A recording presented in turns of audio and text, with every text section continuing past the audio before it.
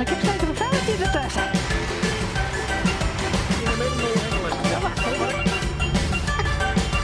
Beste Pieten, Dag, meneer Willem. ja, was het zwaar vanmorgen?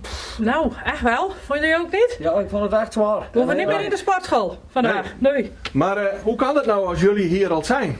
Nou, wij zijn met de trein gekomen. Met de trein? Ja. En wie heeft jullie gestuurd dan? Nou, Sinterklaas natuurlijk. Hij zei, je moet meneer Willem even helpen. Met opbouwen. En ging het goed? Ja, ging prima. Prima. En vonden jullie het leuk werk? Ik vond het prachtig werken, meneer Willem.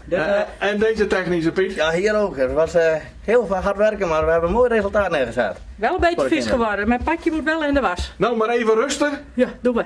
En tot de volgende keer. Bakje koffie. Ja, doen we. Dag. Oké, dag.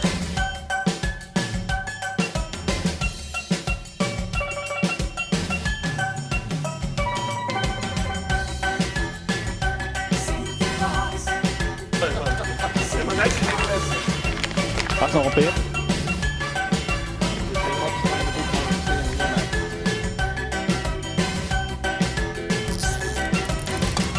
Zo, beste mensen, we staan op een bijzondere plek, het centrale plek hier in Kolmersweg. Kruispunt voor zeggeren, zei iedereen. En wat doen we hier van jongens? En dat zullen we je mee vertellen. Ik sta hier bij het plaatselijk belang van Kolmersweg en vertegenwoordiger van en ik zal hem zelf even voorstellen. Douwe Keekstra, voorzitter van het plaatselijk belang Kolmersweg in Vinkleerster. En ik ben blij van jongens die bij mijn koor, mijn traaienvereniging, bij deze actie beginnen kunnen. We zijn onder het Twadderta. Ik vind dat ze een heel mooi logo hebben en ik zal hem zelf even voorstellen. Ik ben Joop Tuinstra, voorzitter van de Oranjevereniging Kolmersweg en Vinkleerster. Het is van hier al je wat een slaprekken met de feesten. We gaan niks dwang in, maar we zijn nu al wat van plan met de trainvereniging hier in dit dorp. Ben we onder de derde vereniging daar en ik zal hem zelf even voorstellen. Mijn naam is Gerlof van der Ploeg en ik sta hier namens de OVK, ondernemingsvereniging van Kolmersweg en Vinkleerster.